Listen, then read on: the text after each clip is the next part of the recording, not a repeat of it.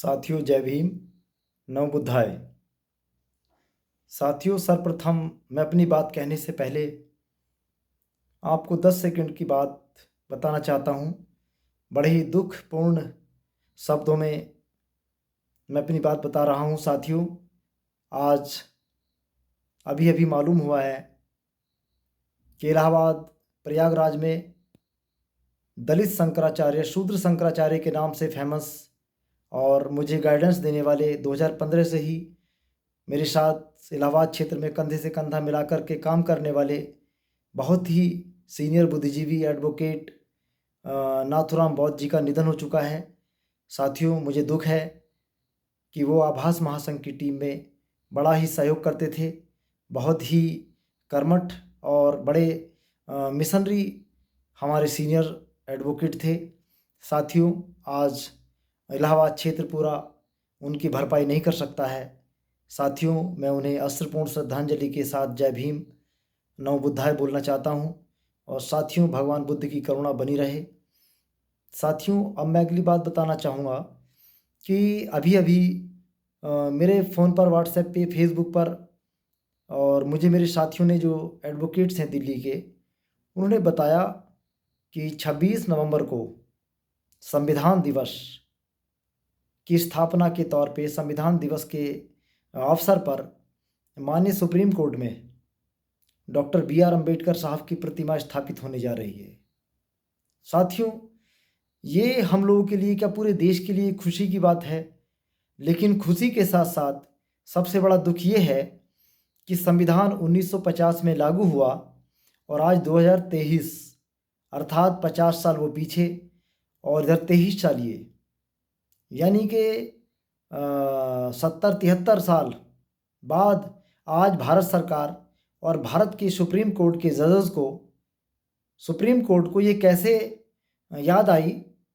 कि डॉक्टर अंबेडकर की प्रतिमा संसद के अंदर लगाई जानी चाहिए। सॉरी, पार्लियामेंट के अंदर तो लगी हुई है, मतलब सुप्रीम कोर्ट में भी डॉक्टर अंबेडकर की प्रतिमा लगाई जानी चाहिए।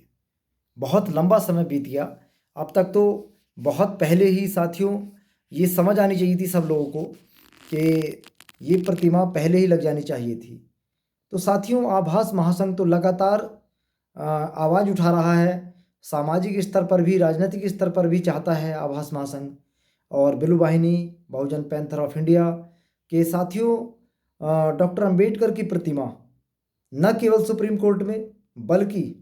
देश के डिस्ट्रिक्ट कोर्ट क्या और जुडिशियल के सबसे छोटे स्तर पर जो कोर्ट बने हुए हैं, मुंसिफ courts, district session court, high court और सुप्रीम कोर्ट, सभी सरकारी संस्थानों में कोर्टों के अलावा भी सभी सरकारी दफ्तरों में बाबा साहब की प्रतिमा लगाई जानी चाहिए। और दूसरा साथियों मैं बताना चाहूँगा कि प्रतिमा के साथ साथ जो डॉक्टर अंबेडकर के द्वारा लिखित भारतीय संविधान है, उस भारतीय संविधान को राष्ट्रीय ग्रंथ घोषित किया जाना चाहिए। साथियों आभास महासंघ लगातार तमाम जिलों में संविधान जागरूकता महासम्मेलन का कार्यक्रम करा रहा है और गांव-गांव जाकर के संविधान के विषय में चर्चा परिचर्चा कर रहा है। साथियों संविधान के प्रति लोगों को जागरूक करने का कार्यक्रम कर रहा है। तो इसलिए साथियों मैं तो ये मानना चाहता हूँ कि ये जो काम हम लोग कर रहे हैं संविधान जागरूकता महासम्मेलन का, ये काम तो वास्तव में 2000 अब जो 23 में जो चल रहा है, 23 में नहीं बल्कि 26 जनवरी 1950 से 26 जनवरी 1950 से जब संविधान लागू हुआ, जब से गणतंत्र लागू हुआ, तब से ही संविधान जागरूकता कार्यक्रम पूरे देश में किया जाना चाहिए था, लेकिन सरकारों ने ये काम नहीं किया है। तो साथियों खैर कोई बात नहीं है,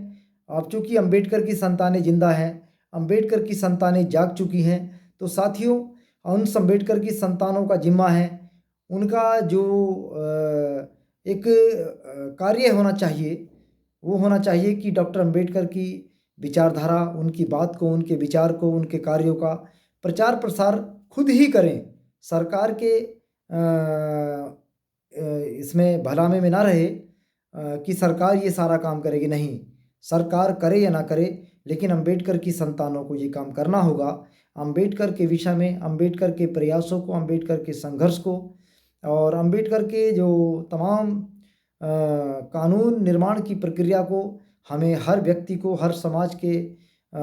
नेता को, हर समाज के उस आम आदमी को जो अभी अंबेडकर से अपरिचित है या विरोधी विचारधारा के लोगों ने अंबेडकर के प्रति जो समाज के अंदर नफ़रत पैदा कर रखी है, उस नफ़रत को दूर करके सद्भावना पैदा करनी है और उनको बताना है कि आपके लिए डॉक्टर अंबेडकर ने क्या किया है। तो साथियों, मैं तमाम बातों को ध्यान में रखते हुए यही कहना चाहता हूँ कि एक तो संविधान को राष्ट्रीय ग्रंथ घोषित किया जाना चाहिए और मुंसिफ कोर्ट से लेकर के session court, high court, supreme कोर्टों में, सभी कोर्टों में देश के जो है डॉक्टर अंबेडकर की प्रतिमा स्थापित की जानी चाहिए। और साथियों, जिन्होंने महिला पुरुष के प्रति भेदभाव किया है इस देश के अंदर और तमाम छुआछूत, जातिवाद, सांप्रदायिकता का निर्माण किया है, जो भेद विषमता वाली व्यवस्था को स्थापित करना चाहते हैं, साथियों, उनकी प्रतिमाएं इस देश के कोने कोने से हटाई जानी चाहिए। चाहे वो धार्मिक हों और चाहे वो सामाजिक हों, चाहे राजनीतिक हों, तो उनकी प्रतिमा को बिल्कुल खंडित किया जाना चाहिए, हटा देना चाहिए। साथियों, दूसरा मैं कहना चाहूँगा कि जो विधि दिवस मनाया जाता है देश के अंदर,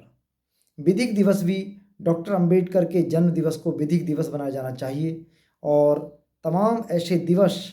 जो कल्याणकारी मार्ग का प्रशस्त करने का कार्य करते हैं, वो डॉक्टर अंबेडकर के कार्यक्रमों से तय होने चाहिए। साथियों, चाहे यहाँ की आर्थिक व्यवस्था हो, चाहे यहाँ की सामाजिक धार्मिक व्यवस्था हो, सांस्कृतिक राजनीतिक व्यवस्था हो, इस देश पर डॉक्टर अंबेडकर का ऋण है और ये देश अंबेडकर के ऋण को कभी नहीं चुका पाएगा, कभी नहीं चुका पाएगा, चाहे इस देश के बहुजन समाज के लोग हों और चाहे गैर बहुजनवादी हों। साथियों, डॉक्टर अंबेडकर ने इस देश की जो पहचान दुनिया में की है वो बुद्धिज़्म के नाम से की है और डॉक्टर अंबेडकर ने अपने विचारों से और अपनी बातों से, अपने सिद्धांतों से, अपने नियम कानूनों से भेद विषमता वाली व्यवस्था को समाप्त कर समता, समानता, बंधुत्व और न्याय वाली जो व्यवस्था दी है, साथियों, उस व्यवस्था से इस देश के हर व्यक्ति को, हर नागरिक को आगे बढ़ने का मौका मिला है। इसलिए साथियों, हम लोग सब डॉक्टर अंबेडकर के ऋणी हैं और मैं तो चाहता हूँ कि डॉक्टर अंबेडकर के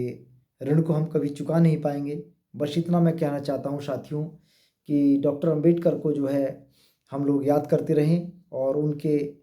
लिखे साहित्य को पढ़ करके उनकी बात को आगे बढ़ाते रहें। साथियों, सभी को मेरा जय भीम, नमो बुद्धाय। शुक्रिया साथियों, बहुत बहुत शुक्रिया, धन्यवाद।